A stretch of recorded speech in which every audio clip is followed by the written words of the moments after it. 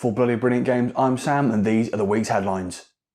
We begin with Next Level Games, the developers behind Luigi's Mansion 3, Metroid Prime Federation Force and Super Mario Strikers among others, who it was announced this week are set to be acquired by Nintendo.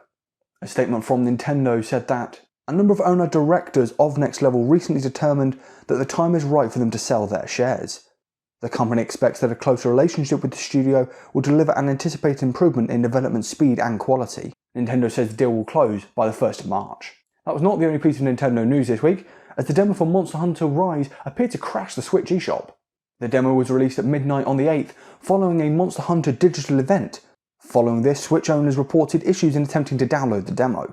The Switch eShop was taken down for a short period of time to undergo maintenance, and as of the 9th is back up.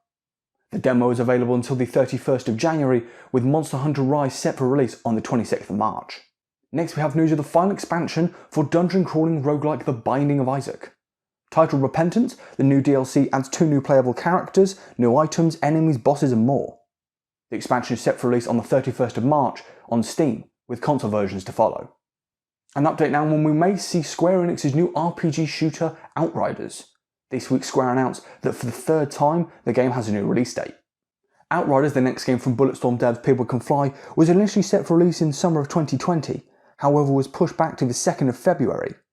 But now Square has announced Outriders will release on the 1st of April, with a sizable demo set for the 25th of February, which will allow players to experience the first few hours with all classes available to try, and you'll be able to transfer your demo character and progress to the full game.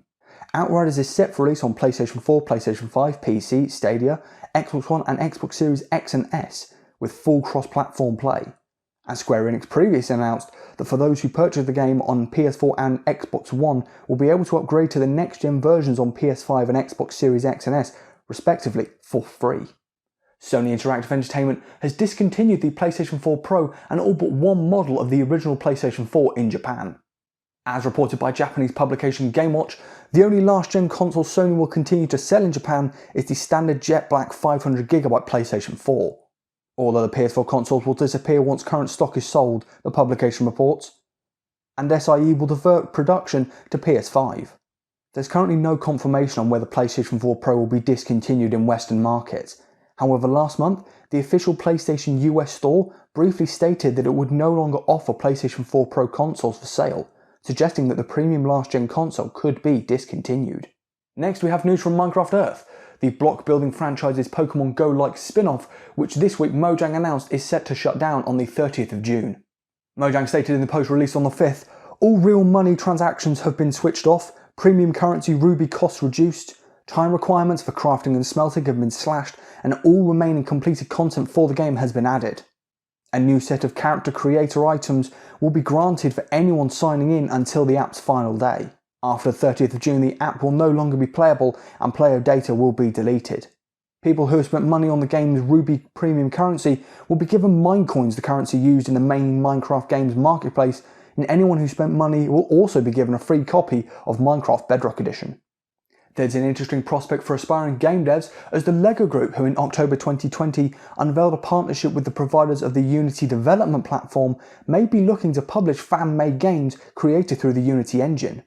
That's according to LEGO Group's senior technical lead Anders Holm, who during an episode of the Bits and Bricks podcast said the company is examining the feasibility of publishing fan-made games using Unity's LEGO microgame, similar to the way fans' creations can be turned into official physical LEGO sets through the LEGO Ideas platform.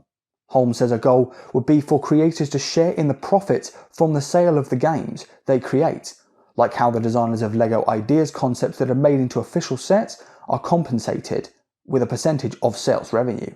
As a side note, if you're up for an interesting read, I'd recommend an excellent Eurogamer article on the way the studio behind the 1997 game Lego Island avoided paying its dev team bonuses. The article will be linked down below. Now our regular look at the new releases from the past week, and much like last week they were pretty thin on the ground. The only new release being that of the PC port of Cobra Kai The Karate Kid Saga Continues. And while unfortunately at the time of talking there are no reviews for the PC port, given the PS4, Switch and Xbox versions received an aggregated 61% on OpenCritic, with Metacritic averages of 65% for the Switch and PS4 versions and 60% for the Xbox port, we can probably guess that it would be fairly meh. Finally this week, some very sad news, as Brad Venable, the voice behind Griffin in Devil May Cry 5, who also appeared in Serious Sam 4 and many other games, has died at the age of 43. Tributes have poured in from his fellow voice actors, such as Nier Automata actor Kira Buckland, who called Venable one of the most truly kind, honest, selfless and generous people I've ever known in the voiceover community. The example of a light we should all strive to be. In addition, Hyrule Warriors actor Erica Mendez wrote a very touching thread about Venable, which you can read via the link below. I'd like to send my deepest thoughts and condolences to the family and close friends of Brad Venable at an extremely difficult time. I shall see you next week. Goodbye.